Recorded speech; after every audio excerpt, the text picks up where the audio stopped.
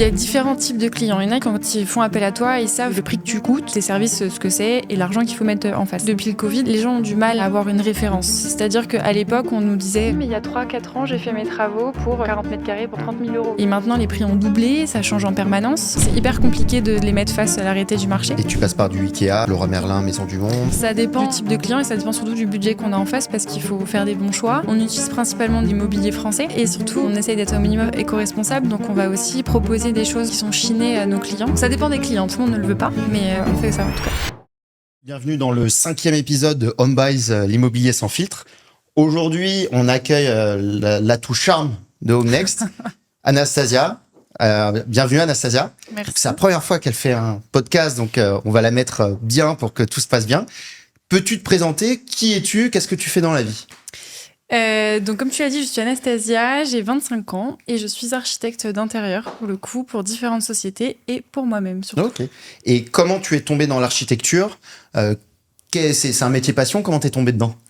Ouais, c'est une question qui est très compliquée parce que c'est très dur à répondre. Oui, c'est un métier passion et principalement aussi c'est que dans mes études, en fait, j'ai toujours été intéressée par le design d'espace pour le coup. Okay. Donc naturellement, je suis arrivée petit à petit dedans et c'est surtout grâce à mon stage post-diplôme. C'était quoi ton stage post-diplôme? Qu'est-ce qui t'a motivé en cabinet d'architecture intérieure. C'est un domaine que j'avais pas encore connu justement dans le design et que je voulais faire et du coup j'ai pu atterrir dedans et c'était parfait quoi. Et comment ça va? C'est-à-dire que tu as commencé à arriver dans le cabinet et ils t'ont donné des projets. Comment ça se passe? Je suis arrivée en tant que stagiaire, donc stage post-diplôme de 6 mois où tu découvres le métier.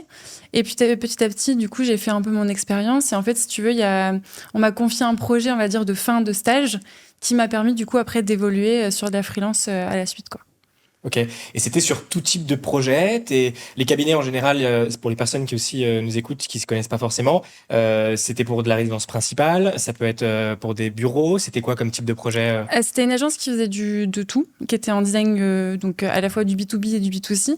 C'était principalement pour le coup des particuliers qu'on faisait. Enfin, en tout cas, moi, c'est ce que j'ai fait. Et le projet qu'on m'a confié, c'était un projet pour aménager une cantine pour un gros média assez connu pour le coup. Et donc, il fallait faire ça juste pour la période de Noël, faire un décor en fait pour Noël. Et le fait de te lancer seul, est-ce que c'est parce que souvent ce que j'ai pu voir sur le parcours des architectes, c'est que lorsqu'elles commencent dans une grande entreprise d'architecture pour se former, et il y a toujours le moment où soit tu continues, soit, à l'inverse, tu voles de tes propres ailes, mais lorsque tu voles de tes propres ailes, tu découvres aussi ce que c'est de trouver des leads, communiquer. Comment tu as pu gérer cette transition et comment tu arrives à t'organiser au quotidien par rapport à ça? On va dire l'entrepreneuriat, c'était pas ce que je voulais dès le départ, parce que dans le schéma classique, tu veux toujours un CDI, même tes parents te disent non, mais ça peut être un peu risqué, un premier boulot aussi de ta vie. Et en fait, ça m'est tombé dessus puisqu'elles me l'ont proposé et je me suis dit que toutes les opportunités sont bonnes à prendre. Donc, je me suis lancée dans le freelance, mais pour le coup, j'ai pas été tout de suite à mon compte 100%, tu vois, à moi chercher pour le coup des leads, etc., où j'étais plutôt à travailler pour eux, donc avec un certain nombre de jours par semaine, etc. Donc, c'était un format qui était assez différent. Donc, j'avais quand même une garantie, on va dire, de salaire et de statut. Mais j'avais pas, la recherche de leads. Maintenant, je l'ai, donc c'est différent. Et ça te permet aussi de te concentrer sur ton cœur de métier, qui est au final l'architecture, et accompagner tes clients. Sur l'architecture, je voulais rebondir là-dessus. On a parfois des clients qui peuvent se dire « j'ai pas besoin d'un architecte, j'ai déjà un artisan qui s'occupe de mes travaux ». Qu'est-ce que tu peux leur dire à ces personnes qui disent ça va me coûter 3 000 €, pourquoi je vais prendre un architecte? Alors oui, je sais que l'architecture, c'est quelque chose qui n'est pas forcément connu de tous et auquel on ne fait pas confiance parce qu'on vend déjà un service et on vend du temps et les gens ont du mal un peu avec ça déjà de base. Et en fait, la plus-value qu'on peut avoir, c'est surtout qu'on va permettre aux clients, on va dire, de tout avoir. Enfin, je recommence ma phrase. Ouais, t'inquiète. Ça va permettre aux clients en fait de nous laisser faire en fait et de pouvoir gérer à sa place, surtout en premier lieu, et c'est le plus important pour lui. On va aussi amener justement un regard dans l'espace, savoir quand même comment aménager, comment le gérer, alors que tous les gens ne savent pas forcément se projeter. Ni décorer, ni poser la couleur à tel ou tel endroit, etc. Et du coup, on va vraiment prendre ça en main. Et la chose la principale, c'est qu'on va savoir gérer un budget, on va savoir gérer un chantier. On coordonne aussi les artisans, donc les équipes, et toutes les petites merdouilles, entre guillemets, qu'il peut y avoir à des moments. C'est nous qui allons les prendre Et le client, lui, va être tranquille, va arriver, hop, c'est bon, le projet est fini. Clé en main. Exactement. Et tu fais comment du coup? Parce que je pense que ça peut arriver quand tu as des clients qui ont des goûts qui sont pas forcément au rendez-vous et qui sont diamétralement opposés aux tiens. Est-ce que tu arrives à leur faire entendre raison? Est-ce qu'il y a déjà des projets où tu as dû, au contraire, tu as été obligé de mettre des choses hideuses? Quand tu es archi, déjà, tu fais pas le projet pour toi et tu le fais principalement pour le client. Donc, tu dois t'adapter forcément à ses goûts. Après, oui, il y a des choses forcément qui m'ont pas toujours plu. Donc, j'essaye de guider aussi un peu le client vers des choses un peu plus tendance, on va dire, ou toujours dans l'harmonie. Tu vois, même si des fois, il y a des clients qui vont me dire qu'ils n'aiment pas un panel de couleurs bien précis, mais qui veulent du jaune et du bleu turquoise. Bon, t'es là, tu sais pas trop quoi faire, mais t'essayes de guider à faire quelque chose d'assez harmonieux, etc. Et après, tu mets aussi toi tes goûts de côté parce que t'es là pour le client et pas pour toi. Et t'as parlé d'harmonie. Est-ce que pour pouvoir justement essayer de deviner, de chercher, de trouver toutes les tendances du moment, tu t'es abonné à des newsletters, tu suis certaines choses. Est-ce que tu as des tips à donner aussi parfois des archis qui veulent essayer d'être au courant de petites nouveautés, ce qui sort, ce qui va être à la mode, ou est-ce que c'est à toi justement de l'anticiper Alors les tendances et les inspirations, ça vient de différents endroits. T'as à la fois, oui, pour le coup, les magazines déco, j'en ai même reçu encore hier soir, tu vois. Donc ça, oui, ça permet d'un peu suivre les tendances et ce qui se fait. Après, tu as beaucoup d'Instagram. Enfin, c'est quand même une application qui est assez utile pour ça. Et après, ça vient surtout de tous les voyages que chaque architecte peut faire. Enfin, chacun a un peu ses inspirations. Il y en a qui vont aller au musée, d'autres qui vont juste marcher dans la rue et voir des jeux de couleurs, des jeux de matière. Tu as aussi toutes tes inspirations dans les voyages. Enfin, tout vient d'un peu... Même de ta propre culture aussi, en fait, de comment tu as été éduqué, comment tu as été justement... tu as eu cette éducation face aux objets, face aux matières, etc. Donc, c'est propre à chacun, je pense. Et si tu devais te décrire d'un point de vue architecture, c'est quoi tes plus grandes sources d'inspiration? Qu'est-ce qui t'a poussé à faire ce métier? Et qu'est-ce qui te donne envie de continuer à faire ce métier d'un point de vue architecture? C'est des questions qui sont dures en vrai, parce que déjà c'est un métier passion, donc c'est hyper dur de savoir pourquoi tu l'as fait, pourquoi tu y vas, parce que je le fais naturellement. Après, pour tous les cas d'un peu architecturaux que moi j'aime bien, je le prends surtout dans mes voyages que je fais assez souvent. Principalement genre l'Italie, j'adore ça parce que c'est hyper coloré et que tu as des associations de couleurs que tu oserais pas du tout à faire en France. Et j'aime bien aussi, je pense que ça vient aussi des études que j'ai faites en design, et où j'ai une culture de l'art qui m'a été éduquée, entre guillemets, qui m'a été donnée. Et donc, j'aime bien aussi varier tout ce qui est couleur, format, et vraiment casser les codes de l'architecture classique, où tu as 4 murs dans un rectangle avec un parquet au sol et basta, quoi. Et dans architecte, il y a le mot art, mais en même temps, tu as aussi le côté argent, prix, etc. Comment tu arrives à concilier ce côté art, où typiquement à l'époque 18e, 19e siècle, on faisait tout pour que ça soit beau et limite on s'en fichait de l'argent, où on est dans une période maintenant où limite on fait en fonction de l'argent, et comment tu arrives à t'adapter en fonction des devis et surtout du budget du client? En fait, c'est qu'on va trouver aussi des astuces. Par exemple, au lieu des fois de construire une menuiserie qui va coûter, 10-15 000 euros, tu vas essayer d'avoir le même aspect visuel, mais peut-être en faisant juste une peinture, en trichant sur certains modules, etc., que tu vas utiliser. Tu t'adaptes, en fait. Tu t'adaptes, tu revois ton style, mais je trouve que même avec un petit budget, il y a toujours moyen de faire quelque chose d'assez exceptionnel. Et il y a aussi une grande partie, je trouve, où moi, en tant qu'architecte, je vais donner, on va dire, comment dire, une idée, une inspiration. Même pas assez, je vais donner juste l'élan, on va dire, dans l'architecture, dans la globalité, même dans la décoration. Mais je trouve que c'est important aussi, c'est au client, en dernier lieu, de prendre possession et d'ajouter justement tous ces objets personnels, etc. Et c'est que comme ça aussi que le lieu prend vie, tu vois. Donc c'est là aussi où tu peux jouer, parce que des fois, les clients ont des objets vraiment juste magnifiques. Donc t'as pas besoin d'avoir une architecture folle à côté pour le mettre en valeur ou faire que ça fasse décoration, c'est sympa, quoi. Déco, c'est sympa. Et du coup, tu as dû toucher à tout type de clients qui avaient tout type de budget, je pense. Ça allait de quoi ça pouvait aller de 20 000 à 200, je sais pas, ça monte jusqu'à combien? Plus que ça. 20 000, le max que j'ai fait, c'est 550. 550 Ok. Et c'était une maison, du coup? C'était une maison, tout à fait, de 350 mètres carrés sur 4 étages, où il y avait une partie de façade à faire, plus tout l'intérieur à retravailler, ouais. Et moi, je me posais une petite question. Est-ce que par rapport aux revenus des personnes que tu vas avoir en face, des profils des gens, les goûts peuvent vraiment différer? Donc, je veux dire, peut-être, est-ce que les personnes qui sont plus aisées ont plus le sens de l'esthétique, peut-être, ou ont des goûts, ou est-ce que ça veut rien dire et tu as été avec des personnes qui avaient quand même beaucoup d'argent et parfois aimaient des choses, mais hideuses et que ça allait pas du tout? Franchement, c'est assez différent. Ok. Peut-être que souvent, les gens qui sont un peu plus aisés vont avoir un autre goût parce qu'ils sont habitués, tu vois, par exemple, à aller dans des hôtels de luxe, etc., qui sont déjà très décorés, qui sont très osés dans la décoration, mais ils ne savent pas comment faire. Et après, même des gens qui ont un budget plus modeste vont aussi avoir des ambitions et des goûts, ou au contraire me faire 100% confiance. Donc c'est là où tu peux avoir des fois une carte blanche alors que tu as un petit budget où tu te dis « Ah d'accord », parce que justement les gens te font confiance en disant « Non mais moi je sais pas décorer, allez-y », tu vois. Franchement, je pense que c'est pas une notion de jugement vis-à-vis de ton statut social. C'est vraiment des goûts, c'est propre à chacun en fait. Et pour rebondir sur la relation client, comment tu t'adaptes en fonction, parce que tu dois avoir des clients qui savent exactement ce qu'ils veulent et limite, tu es juste là pour les accompagner, mais au final, tu suis plus ou moins ce qu'ils disent. Et d'autres, à l'inverse, carte blanche, ils y connaissent rien. Comment tu arrives à t'adapter en fonction de chaque client pour que voilà, tu puisses rebondir en fonction des éléments qu'ils souhaitent ou qu'ils ne souhaitent pas? Ben, en vrai, c'est comme un jeu au final. Parce que, enfin, moi, c'est ça que j'aime bien dans la relation client. Et même quand tu es architecte avec un client, c'est que tu crées une relation comme si tu entres dans son intimité, tu vois. Donc, il faut arriver à le comprendre, à savoir chaque mimique, chaque chose, comment il va réagir. Et donc, c'est comme ça aussi que tu vas pouvoir t'adapter. Parce que tu connais ton client comme si tu allais, je sais pas, rencontrer quelqu'un et que ça allait devenir ton pote. Bon, là, c'est pas la même notion parce qu'on reste dans le pro, mais c'est un peu pareil, tu vois.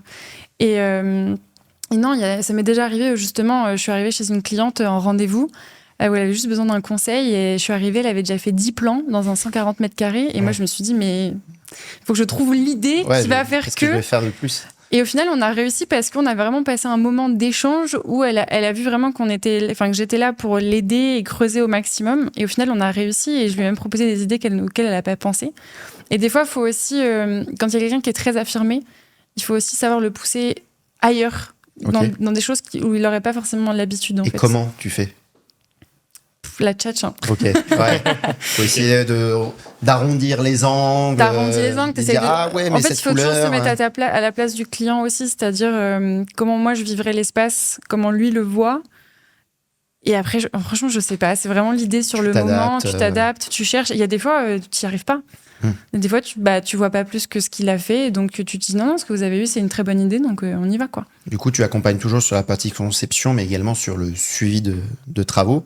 Le suivi de travaux, il y a beaucoup de clients, parfois, qui nous contactent avec Omnex et qui disent « Oh, ça, j'en ai pas besoin. L'artisan s'en occupera. » Pourquoi tu peux conseiller et pousser des clients à ce que tu t'occupes du suivi de travaux?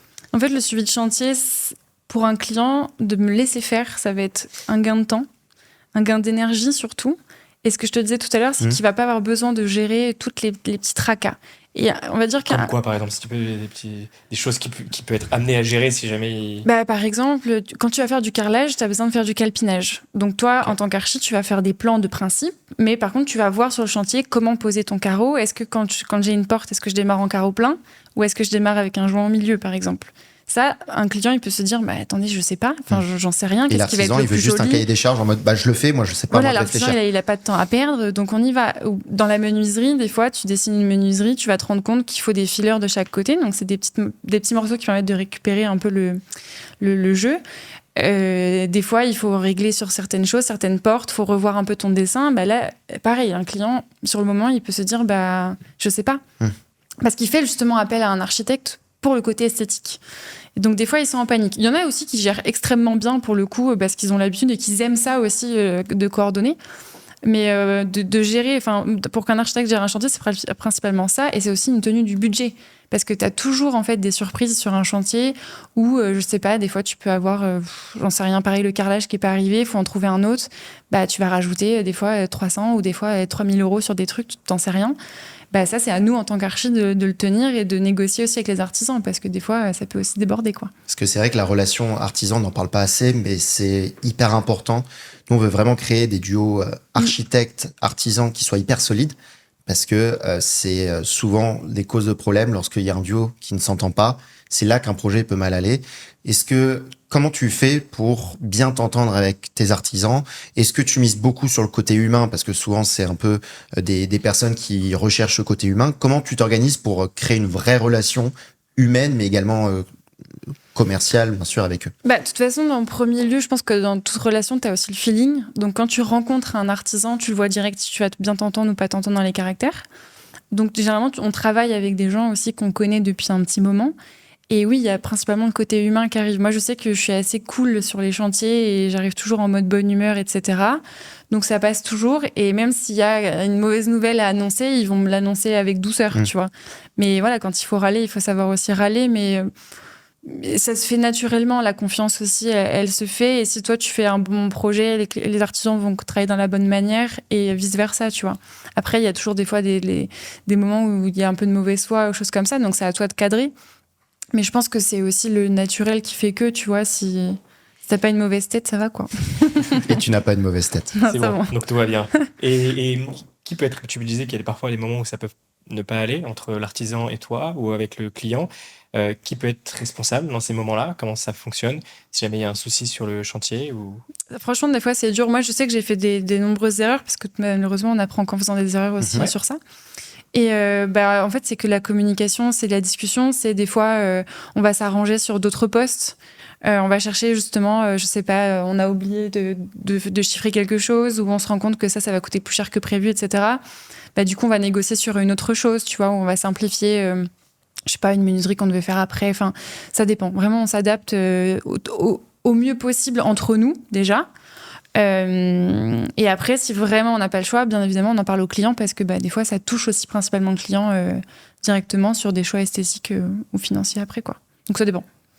Tu t'adaptes toujours en fonction de ce que veut le client au final et ça reste lui qui met l'argent sur le projet, ça. Donc c'est lui qui a le dernier mot. Et en fait, c'est comme si moi, j'étais le propre client avec mon propre argent. Okay. Dans ma tête, c'est dans ce mood-là que je me mets en me disant, mais voilà, genre là, si je dois rajouter 2000 € pour ça, mais c'est hors de question, quoi. C'était pas prévu, c'est non. Et conversation WhatsApp avec les clients aussi. Tu as des conversations WhatsApp pour chaque projet avec les clients? Oui. Et c'est pas trop galère d'avoir parfois des couples où t'as la femme qui veut quelque chose, le mari qui veut autre chose, de mettre les deux d'accord, etc. Sachant que toi, t'es entre les deux? Ça, tu le sais assez rapidement. Et généralement, quand je renseigne des clients et que le projet démarre, je demande d'avoir les deux. Okay. Parce que c'est là où tu vois comment un couple peut fonctionner aussi. Et franchement, j'ai eu de tout type de clients. Des fois, c'est le mari qui gérait beaucoup plus que madame. Des fois, c'est complètement l'inverse. Des fois, c'est les deux qui se tempèrent assez bien. Et quand ils sont pas d'accord, moi, je m'embelle pas, tu vois, ça me regarde pas. Mais par contre, je coupe court et je leur dis, par contre, prenez le temps de réfléchir là-dessus et vous me reviendrez après. Parce que je peux pas voir non plus des scènes de couple, quoi. Et ça, c'est un point super important parce que je sais que dans les startups où j'ai pu être, et même aujourd'hui, il y a pas mal de personnes qui ne prennent pas en considération le fait que la prise de décision, elle peut impacter 2 personnes et pas une seule. Et notamment les couples où moi, ça m'est déjà arrivé de perdre des deals où juste il y a tout simplement le mari, je suis en train de parler avec lui, etc. Il est OK, il me dit c'est bon, il n'y a pas de souci, je vais signer lundi. Et le week-end, il a parlé à sa femme, je savais pas qu'il y avait sa femme qui était là dans la boucle. Et au final, sa femme lui dit non, on n'y va pas. Et il m'annonce lundi que c'est mort. Et donc c'est pour ça que tu fais très bien de l'annoncer, mais en général, il faut mettre toutes les personnes dans la boucle parce que ça évite d'avoir des petites mauvaises surprises par la suite, quoi. Ouais, et puis même s'ils veulent pas, au moins tu sais à peu près à qui tu t'adresses. De toute façon, en archi, tu le sais très vite parce que dans le cahier des charges, tu te demandes combien il y a d'enfants, qui vit dans la maison, etc. Donc, tu sais à peu près l'organigramme, on va dire, de la famille. Donc, ça aide. Est-ce que dans les clients qui nous contactent en général, ils sont en réalité, enfin, ils sont vraiment en accord avec le marché, c'est-à-dire qu'ils comprennent que s'ils veulent une rénovation totale, ça va être entre 1300 et 1400 € du mètre, ils veulent tout. Est-ce que tu as des personnes qui arrivent parfois et qui disent je veux tout refaire pour 600 € du mètre? Et si oui, si ça arrive, comment tu arrives, encore une fois, comme tu l'as dit, d'une manière douce, en arrondissant les angles, à les mettre avec la réalité du marché? Alors, il y a différents types de clients. Il y en a qui savent très bien. Je pense que c'est ceux qui ont des portefeuilles un peu plus importants. Pour le coup, quand ils font appel à toi, ils savent que le prix que tu coûtes, tes services, ce que c'est, et l'argent qu'il faut mettre en face. Des portefeuilles un peu plus réduits sont pas forcément au courant, comme tu le disais. Et c'est surtout que depuis le Covid, les gens ont du mal en fait à avoir une référence. C'est-à-dire qu'à l'époque, on nous disait oui, mais il y a 3-4 ans, j'ai fait mes travaux pour, je sais pas, imaginons, j'ai un 40 mètres carrés pour 30 000 euros. Et maintenant, les prix ont doublé, ça change en permanence. Et donc, les gens ont pour référence il y a 4 ans et plus maintenant. Donc, c'est hyper compliqué de les mettre face à la réalité du marché. Mais un exemple concret, quand on a les 600 euros, bah voilà, non, c'est pas possible. Enfin, nous, on veut bien, mais c'est non, quoi. Donc, à un moment donné aussi, voilà, faut leur expliquer comment ça fonctionne aujourd'hui. Pareil, toujours avec douceur, tu reprends toutes les étapes, tu leur expliques. Et tu leur donnes un prix au mètre carré qui convient à peu près à leur projet, en fonction aussi de l'état de l'appartement et ce qu'il y a à faire, ou de la maison, peu importe. Mais en tout cas, non, tu peux pas faire moins. Et après, si les clients veulent aller voir des gens qui travaillent un peu moins bien, c'est leur problème. Et est-ce que tu peux me raconter, lorsque du coup on a une demande Home Next et qu'on fait une visite sur place pour la mission de conseil, peux-tu expliquer aux personnes qui pourraient être intéressées comment ça se passe une fois qu'on arrive sur place et plus ou moins les étapes pour arriver jusqu'au début des travaux? Pour la première visite ? Exactement. Donc, première visite, moi, je me déplace avec un artisan pour du coup voir l'état de l'appartement, voir ce qu'il y a à faire, ou une maison, ou un hôtel, ou peu importe. Pourquoi avec l'artisan, d'ailleurs, pour justement faire un excellent binôme. Okay. Bien répondu. Toujours le duo. Pour faire un très bon duo. Et non, c'est surtout que ça rassure aussi le client parce qu'il voit aussi nos têtes. Il sait qui on est. Et puis même d'avoir un artisan, il y a ce regard aussi technique qu'en tant qu'architecte, des fois, tu peux pas l'avoir parce que tu as des projets qui sont des fois hyper complexes aussi. Et comme ça, ils répondent aussi aux différentes questions. Et ça permet aussi de faire un préchiffrage plus rapide. C'est-à-dire que cette visite, elle va le permettre en fait de voir l'appartement, mais de permettre de faire un préchiffrage travaux pour du coup arriver à resserrer justement ces clients qui peuvent être un peu perdus en termes de budget au prix du mètre carré. Donc c'est pas un devis, c'est un préchiffrage. C'est un préchiffrage. Okay. C'est quoi la différence entre un devis et un préchiffrage ? Un devis, tu vas avoir des lignes sur tous tes postes avec des prix en face, et c'est un devis qui va être pratiquement définitif. C'est-à-dire que pendant ton chantier, ce devis ne sera que très peu impacté par des plus ou moins values. Alors qu'un budget estimatif, c'est qu'on n'a pas un devis parfait, on n'a pas non plus les matériaux choisis, on ne sait pas si le client veut de la menuiserie, du papier peint, machin, etc. Du coup, on va avoir une fourchette qui va se faire, et c'est plus ou moins 5 à 10 000 euros en fonction des postes et de ce qui est choisi. Et une fois que la visite se passe bien, que la personne est intéressée d'avancer du coup avec toi, comment ça se passe sur la partie conception ? Tu avances sur les plans, sur quel type de plan tu avances pour que les personnes puissent bien comprendre ce que ça représente en termes de charge de travail, la partie conception? Alors, la partie conception, elle est faite en différentes parties. Chaque architecte a un peu ses façons de faire, mais on a quand même une trame où, en fait, on va commencer par ce qu'on appelle une phase APS, donc un avant-projet sommaire, dans laquelle, en fait, souvent, on propose 1 à 2 aménagements au client en 3D et en 2D. C'est-à-dire qu'il faut que tu vérifies que dans toutes tes cotations, en 2D si le projet fonctionne. Et après, en 3D, pareil, pour projeter le client un peu plus loin. Et tu vas proposer aussi 2 ambiances avec. C'est-à-dire que, par exemple, demain, tu viens me voir, tu me dis, Agnès, j'ai un projet à faire. Okay. Du coup, je te donne 2 propositions. Mais vraiment, tu vas avoir, par exemple, une proposition bleue, une proposition verte. Et ce sera à toi aussi de choisir entre les 2. Une fois que ça, c'est fait, et que tu en as choisi une des 2, ou que tu as pioché des éléments et qu'on refait un mix... moi, je fais tout de suite préchiffrer le projet. Comme ça permet justement au client de ne pas lui vendre du rêve et donc de savoir directement pour combien à peu près on en a. Donc là, on va avoir un premier devis qui va être à revoir un peu plus tard, mais en tout cas, un premier devis qui va tabler au niveau du budget en disant « Ok, genre là, je suis bien, après, je suis pas bien ». Donc ça, c'est les premiers éléments. C'est vraiment une grosse phase qui dure quand même 3 semaines, 1 mois. Et après, on arrive vraiment à quelque chose d'un peu plus fin et un peu plus fini qu'on va venir développer. On va choisir les derniers matériaux, etc. Donc là, par exemple, moi, je me déplace en showroom avec les clients où je leur montre des échantillons, des matériaux pour vraiment arriver à les projeter in situ. Et ensuite, on déroule tout ce qui est le DCE qu'on appelle, c'est un carnet technique pour les entreprises, où là, ça va vraiment être du plan technique à fond, plan électricité, plomberie, démolition, etc., etc. Jusqu'à avoir en fait un espèce de package complet où le client va avoir son carnet esthétique, un carnet technique, et on va avoir tous les récaps pour les entreprises. Après, s'il veut faire chiffrer de son côté, il peut. Mais nous, on privilégie quand même qu'il fasse chiffrer par le biais de nos entreprises à nous pour ensuite faire le suivi de chantier derrière. Et comment ça se passe, du coup, une fois que t'as le devis, t'as les lignes du devis, comment ça se passe, la consultation des entreprises? Tu l'envoies à combien d'artisans pour visualiser combien ça peut coûter? Comment ça se passe après cette partie-là? Généralement, on envoie à 2-3 entreprises, mais on va pas au-delà parce que les entrepreneurs aiment pas spécialement être mis en concurrence non plus. Il y a des fois où je sais très bien qui je vais faire travailler à quel moment parce que ça dépend du budget et du type de client aussi. Donc des fois, on fait pas forcément chiffrer auprès de tout le monde. Ça dépend du type du client qu'on a. Et après, consultation des entreprises, quand on a le devis définitif, là, pour le coup, c'est à moi de travailler justement et de gérer chaque ligne, voir si ça rentre ou pas dans le budget. Et auquel cas, tu fais des annotations et là, t'entres en négociation avec l'artisan. Ouais. Et c'est vrai que les artisans, ils viennent souvent vers nous et ils aiment bien travailler avec nous parce que justement, ils aiment bien être accompagnés par un architecte. En cas de problème, ils peuvent aller le voir. Alors que lorsqu'il y a un problème et qu'il n'y a pas d'architecte, ils vont voir le client, mais le client ne sait pas. Et en fait, ça fait beaucoup d'allers-retours. Le chantier n'avance pas. Il y a du retard sur le chantier. Alors que lorsqu'il y a l'architecte, on peut directement avoir une réponse à une question. Et limite, le client n'est même pas au courant ou il peut être au courant, mais avec problème, solution, et pas juste bonjour, il y a ce problème, je fais quoi? Et c'est vrai que les artisans recherchent de plus en plus des sociétés avec architecture pour justement avoir l'accompagnement complet plutôt que. En fait, ça sert à l'artisan principalement parce qu'en effet, nous, on va avoir le regard où on va comprendre les choses directement.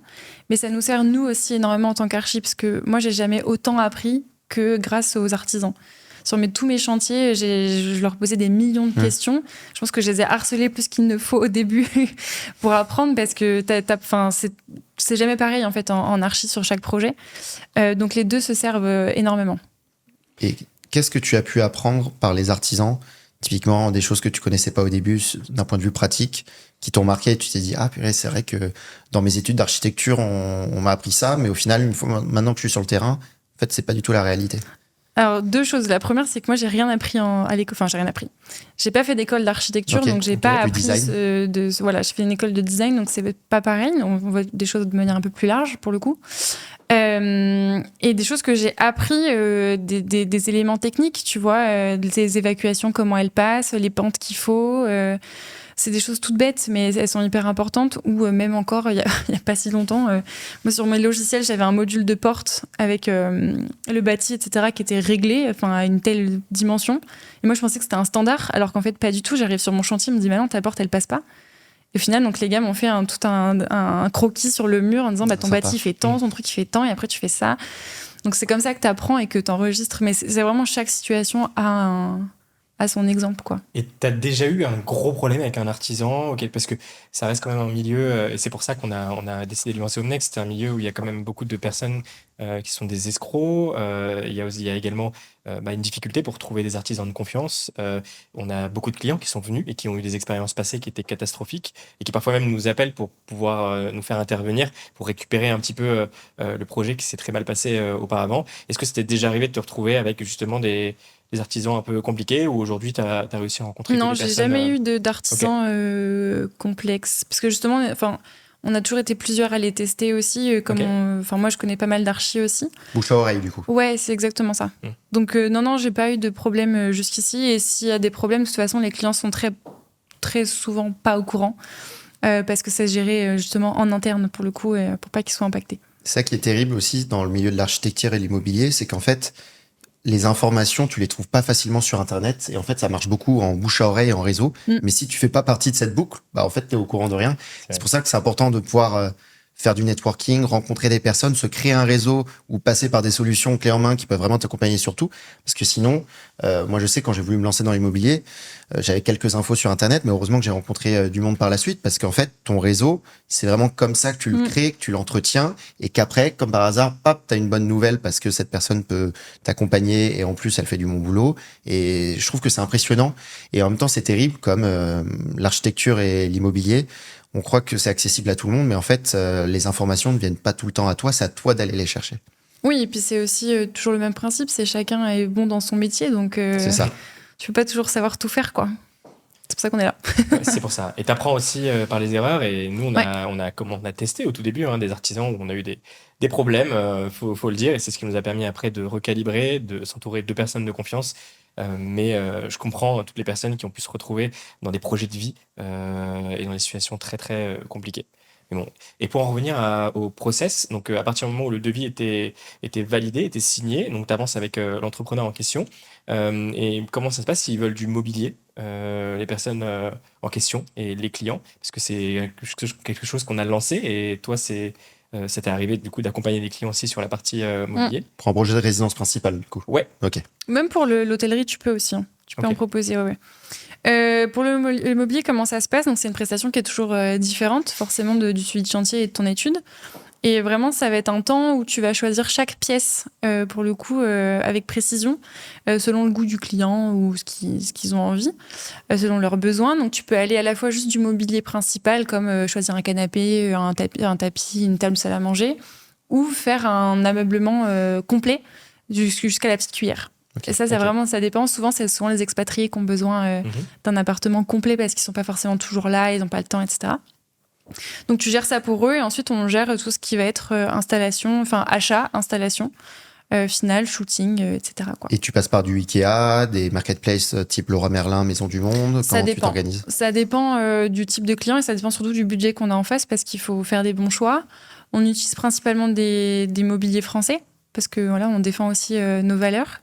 Et surtout, on essaye d'être au minimum éco-responsable. Donc, on va aussi proposer des choses qui sont chinées à nos clients.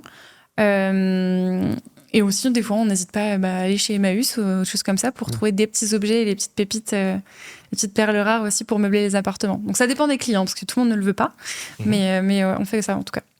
J'avais une petite question, je suis désolé, je vais revenir un petit peu au tout début, au moment où tu parlais de ton parcours et de la transition que tu as pu faire, sachant que tu as fait une école de design. Est-ce que tu as des conseils à donner peut-être à des personnes, des filles ou des hommes des femmes ou des hommes qui veulent se lancer dans l'architecture? Parce que on a remarqué que depuis le Covid, enfin en tout cas moi je l'ai vu autour de moi, il y a de plus en plus de personnes qui veulent être indépendantes, se mettre en freelance, faire une formation de 6 mois par exemple pour devenir architecte. Qu'est-ce que tu pourrais leur donner comme conseil pour ces personnes-là et les bons ou les mauvais côtés, etc. Enfin, avoir ton retour là-dessus. Il y a plusieurs conseils. Déjà, je pense que le principal, c'est de pas avoir peur de se lancer en auto-entreprise parce que je sais que ça peut être un peu flippant. Surtout quand c'est nos premiers boulots et qu'on sort directement d'école. Quand on a fait une reconversion, c'est encore différent. Parce qu'on n'a pas la même maturité face à la vie pro. Mais non, faut pas avoir peur de se lancer. Parce que moi, je sais qu'au tout début, j'étais toute seule dans mes potes à me lancer. Et je sais que maintenant, ils sont pratiquement tous en freelance. Ils vont me tuer quand ils vont savoir ça. Mais, mais c'est vrai, pour le coup, on en parlait encore hier. Okay. Et non, et surtout aussi un autre conseil, c'est de se faire une bonne grosse culture. Okay. Comme disait Mathéo, dans architecte, il y a quand même art, et pour moi, c'est le plus important, parce que c'est ça qui va faire que tu vas devenir un bon archi et que tu vas avoir ta patte, surtout en termes de créativité. Parce que des fois, tu sors d'une reconversion et t'as pas forcément eu le temps d'avoir baigné dans justement le monde de l'art et du design. Et je pense que c'est hyper important si tu veux arriver à te démarquer surtout des autres parce qu'il y a beaucoup de concurrence. Donc je pense que c'est aussi les deux points principaux. Quoi. Okay. Et tu conseillerais de se mettre directement à son compte ou peut-être de se faire la main et avoir un peu de bouteille avec un cabinet et après de se mettre à son compte direct. Enfin, quand je dis à son compte, c'est de vraiment prospecter toi-même, avoir tes propres clients et de plus dépendre d'un cabinet. Ou c'est. Je pense que c'est bien de dépendre d'un cabinet au départ, okay. Pour déjà aussi voir les process, voir comment les gens travaillent et apprendre sur tout le métier parce que au final, tu as quand même une responsabilité qui est importante parce que tu vas toucher du bâtiment. S'il y a des modules ou choses comme ça qui passent pas ou que tu as un problème de fuite demain, c'est en partie ta responsabilité vu que tu as conçu tes plans. Donc quand tu travailles tout seul à ton compte, ça peut être assez perturbant, surtout quand tu connais pas trop l'architecture intérieure non plus. Puis il faut faire le poids aussi vis-à-vis des clients. Moi, je me rappelle au tout début quand j'ai commencé, les clients me posaient des questions techniques. Moi, j'avais la goutte des cieux, je me suis dit, mais qu'est-ce que je vais dire? J'en ai aucune idée. Et encore une fois, c'est les artisans derrière qui me soufflaient les réponses ou les boîtes avec qui j'ai travaillé. Mais du coup, faut faire volte-face. Mais non, je pense que c'est bien d'aller dans des boîtes et en faire plusieurs, surtout parce que tu vois aussi les bons points et les mauvais points de chaque entreprise. Et toi, après, ça va te permettre aussi d'affiner toi ta propre démarche. Et je pense que le plus important aussi quand tu veux être auto-entrepreneur ou entrepreneur, c'est qu'il faut bien se connaître dans le travail. Et ça, je pense que tu l'as que quand tu travailles ailleurs. Ok. Et c'est-à-dire bien se connaître dans le travail. Les temps que tu vas mettre à réaliser chaque tâche que tu fais, comment tu réagis face au stress, face aux différentes tâches. Des fois, tu vas gérer 5-6 tâches à la fois. Des fois, tu vas être tranquille et tu vas rien avoir à faire. Ouais. Des fois, tu peux tomber sur un client qui est atroce, qui a un caractère où tu t'arrives pas à gérer. Des fois, tu as des clients, c'est des bisounours. Enfin, t'as tellement de profils et de types différents, c'est tellement jamais routinier comme métier que t'es obligé aussi de bien te connaître, je pense, pour avancer. Mais tu vois, c'est un travail de tous les jours. Et une fois que tu t'es lancé, est-ce que c'était difficile pour toi de te structurer ? Parce que lorsque tu te lances, au final, t'es indépendante, donc forcément, ça parle de comptabilité, de communication, des choses chiantes, mais qui sont quand même importantes pour te développer. Comment t'as pu avancer dessus ? Et surtout, lorsque tu te lances seul, il y a le mot, encore une fois, seul, le fait de travailler seul au quotidien, comment ça se passe ? Est-ce que c'est pas trop difficile quand tu passes d'une équipe à travailler seul ? Après, t'es pas tout le temps seul, hein. Bien sûr, t'as les clients, t'as les artisans, mais au quotidien, tu n'as pas la vie d'une équipe. Comment ça se passe pour toi et comment ça s'est passé, cette transition ? La transition, elle s'est faite assez naturellement. Après, je pense que c'est principalement faut avoir le caractère pour, tu vois. Aussi, il faut aimer être indépendant et être un peu libre, entre guillemets. Mais la transition, elle se fait assez naturellement parce que j'ai aussi pas mal de potes qui sont archi ou en freelance, etc., sur qui j'ai pu prendre exemple pour aussi, moi, me développer. Après, c'est un process aussi perso parce que j'avais peur et je savais pas justement comment m'y prendre. Et c'est du réseau, en fait. C'est du réseau, c'est les gens que tu vas rencontrer au beau moment dans ta vie qui vont te dire « Mais non, mais fais plutôt ci, fais plutôt ça », comme on me conseille de me faire une société depuis quelques temps. Tiens, faudrait que je rencontre cette personne qui te conseille ça. Donc voilà, il y a plein de gens que tu rencontres et qui te poussent aussi à aller de l'avant et qui te font aussi apprendre des choses que tu connaissais pas, tu vois. Et après, pour se développer, moi, j'ai la chance d'être bien entourée, tu vois. J'ai des amis qui sont graphistes, etc., donc auxquels on s'échange, on va dire, nos compétences pour aussi s'entraider, pour le coup. Donc, justement, mais tu vois, ça fait quand même 3 ans que je travaille, 3 ans que j'ai jamais pris le temps, on va dire, de faire mon site, de développer ma boîte. Et là, je le prends le temps en ce moment, justement, de le faire. Donc, Ce qui peut parfois être aussi positif, parce qu'il y a beaucoup de personnes qui vont vraiment s'attarder sur la partie un petit peu marketing de l'aspect où on va créer un site, on va faire des belles cartes, on va faire beaucoup de choses, mais derrière, il n'y a rien de concret. Il n'y aura aucune recherche de nouveaux clients, ils n'auront pas de business. Et parfois, cette passade, elle peut durer très, très longtemps. Et donc, c'est bien que tu aies, je pense, aussi foncé dans le tas en te disant, je veux apprendre de l'expé, je peux d'abord aller vraiment rencontrer le marché et après, je vais me concentrer sur la partie market.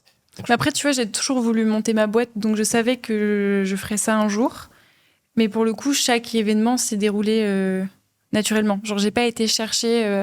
je me suis pas dit au début, OK, je fais mon expérience en entreprise. Ça m'est tombé dessus, je l'ai fait. J'ai énormément appris. Et après, ma vie a fait que je suis passée à autre chose, tu vois. Mais non, il n'y a pas forcément un chemin tracé, quoi. Et elle te vient d'où, cette envie et ce besoin de liberté ? Dans mon caractère. Ah ouais ? C'est-à-dire, plus jeune, depuis plus jeune âge, tu avais envie d'entreprendre et d'être libre. Qu'est-ce qui t'a poussé à absolument vouloir entreprendre plutôt que rester dans un cabinet et faire des horaires classiques ? Déjà, je pense que j'ai toujours vu, on va dire, une partie de ma famille... chez moi, il y avait des artisans. Okay, ouais, mon papa était artisan, mon oncle aussi, et donc je voyais cette liberté qu'il pouvait y avoir. Et cette difficulté aussi. Et la difficulté, exactement, face aussi où, par exemple, ma maman était dans un CDI, etc., avec des horaires particuliers. Donc j'étais baignée toujours entre les deux, et puis, je sais pas, je pense à aussi mon caractère naturel où j'ai peut-être un peu plus de mal à répondre à quelqu'un, ou enfin, du moins à une hiérarchie, on va dire. Même si je l'ai fait quand même pendant 3 ans et que c'était super, je regrette pas du tout. Mais justement, je me suis aussi rendu compte en travaillant que j'avais pas envie d'être dans des horaires de bureau et faire un 8h, 18h coincé parce que j'y arrive pas. Et même dans mon caractère de tous les jours, quand je travaille, je suis un peu en mode un peu partout. Tu vois, je travaillais 2 heures et après je vais partir faire une machine à laver, puis je reviens travailler. Et puis après je dois sortir parce que j'ai besoin d'air. Et puis même je voyage aussi beaucoup, c'est ça qui m'inspire. Et j'ai besoin de ça en fait pour me nourrir et travailler à la façon dont je veux, en fait. Ce que j'aime bien aussi quand tu entreprends, c'est que, en effet, tu fais pas des horaires 8h, 19h, mais en fait, tu peux adapter tes horaires. Par exemple, parfois, tu peux aussi travailler un samedi ou un dimanche, Exactement. mais en Sûr. fait, tu t'adaptes au client, à la demande, et c'est pas en fonction de toi, tu t'adaptes vraiment en fonction du marché, et donc ça t'offre plus de liberté. Mais à l'inverse aussi, parfois, le samedi ou le dimanche, tu dois bosser alors que tes potes ne travaillent pas. Ouais, et puis pour moi, tu as aussi un système, je trouve, qui, dans mon regard, fonctionne pas spécialement. C'est que quand tu es créatif, et c'est ce qu'on t'apprend aussi à l'école, c'est que tu peux pas être créatif de 8h à 18h. C'est pas possible. Tu peux pas être bon dans toute une journée, H24, assis derrière un bureau, tu vois. Et mes profs nous ont toujours dit à l'école, genre un bon créatif, c'est quelqu'un qui est mobile. Et pour le coup, c'est vrai. Et c'est aussi un métier qui permet, comme je disais tout à l'heure, d'apprendre à se connaître. C'est-à-dire que moi, maintenant, il y a des journées, je me dis, OK, là, j'ai un timing à respecter. Demain, je dois rendre un projet.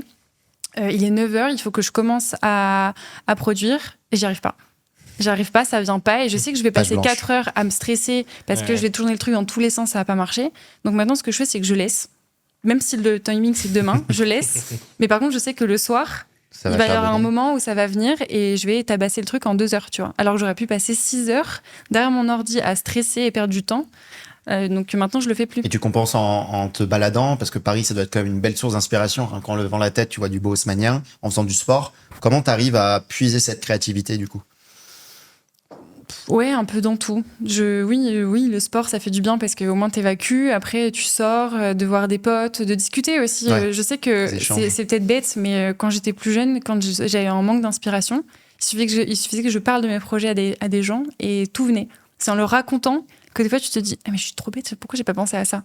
Ou je sais pas, je vais être en train de cuisiner, faire un truc et je me dis oh, c'est ça l'idée qu'il me faut. Ou des fois, même en pleine nuit, tu te réveilles parce que t'as une illumination. Donc en vrai, ça vient un peu de tout. Mais justement, maintenant, je ne force plus quand je sens que ça vient pas. Et je pense que c'est aussi pour ça que j'ai plus envie de travailler dans une agence. Parce que t'es obligé de répondre à des heures et de répondre à un cadre de travail. Et pour moi, ça marche pas, en fait. Donc, je préfère travailler à ma façon, même si des fois, tu vas me voir travailler de 23h à 2h du matin parce que c'est le moment où je vais être dedans et au taquet. Ouais, voilà. Et t'as des potes qui te demandent de refaire leur déco ou des trucs comme ça? Toujours. Toujours. Ouais, t'en penses quoi de ça? Gratuitement en plus, je présume. Bah oui, puis moi, ça me fait plaisir. Ça me fait plaisir, mais tu vois, j'ai une copine qui a emménagé là, qui a un appartement qui emménage dans très peu de temps. Et elle m'a appelée, elle m'a dit ouais, Inès, faudrait que tu m'aides et tout, j'ai besoin de conseils pour juste revoir la cuisine, machin. Je dis bah, y a pas de problème. Est-ce que tu te fais bouffer parfois par certains amis qui te demandent beaucoup de conseils, mais qu'au final, dès que c'est aussi ton métier. J'ai par exemple un ami qui est coach sportif, et tu peux avoir des amis qui arrivent en soirée, qu'est-ce que tu peux me conseiller, ça. Sauf que parfois, il faut savoir aussi, t'as juste envie de passer des bons moments. Comment t'arrives à séparer cette partie parfois architecture ou des gratteurs, parce qu'il y a des gratteurs partout, même dans nos amis. Comment t'arrives à faire la part des choses avec tout ça? Après, je sais pas. Après, moi, c'est que je suis assez jeune, donc en soi, tout le monde n'est pas encore hyper installé. Tu vois, t'as pas les premiers achats et machin. Ça va arriver, du coup. Prépare-toi. Ouais, la trentaine qui arrive. Donc en vrai, c'est différent, mais non, peut-être que c'est plutôt les amis des parents ou choses comme ça qui peuvent des fois insister et tu te dis, mais à un moment donné, j'ai pas que ça à faire de travailler. Métier, je veux bien être très sympa, il n'y a aucun problème et te donner 2-3 conseils, mais au bout d'un moment, faut pas pousser, quoi. Ça, c'est vrai que c'est des moments un petit peu compliqués. Bon, après, faut juste pas avoir de tabou avec l'argent et pouvoir leur dire directement que si tu peux les accompagner, il n'y a aucun problème. Après, tu vois, je le fais quand j'ai des périodes un peu plus creuses, si le projet est intéressant et que, et que c'est sympa à faire. Mais quand il y a des périodes où genre, je suis full et que j'ai pas le temps, je vais essayer parce que je trouve que c'est quand même... quand t'as quelqu'un dans la famille qui peut le faire, etc., je fais le conseil, on va dire, gratuitement. Mais je vais pas aller demander des sous pour ça. Mais par contre, quand je suis full, j'évite de le faire parce que j'ai pas le temps et que je préfère me concentrer sur des choses pour lesquelles... Est-ce que tu as une spécialisation? Il y a beaucoup d'archis qui parfois sont spécialisés sur la résidence principale, sur parfois du locatif, sur l'aménagement de restaurants. Est-ce que tu as une spécialité, quelque chose où tu sens que tu es meilleur par rapport à d'autres? Franchement, non. J'aime bien travailler sur tout, justement. Couteau suisse? Ouais, couteau suisse, exactement. Et pour le coup, j'ai fait de l'hôtellerie, j'ai fait de l'investissement, j'ai fait du particulier et j'aime bien les trois parce que c'est assez différent. Pour le coup, et je fais même aussi un peu de jardin de temps en temps. Donc non, pas de spécialité.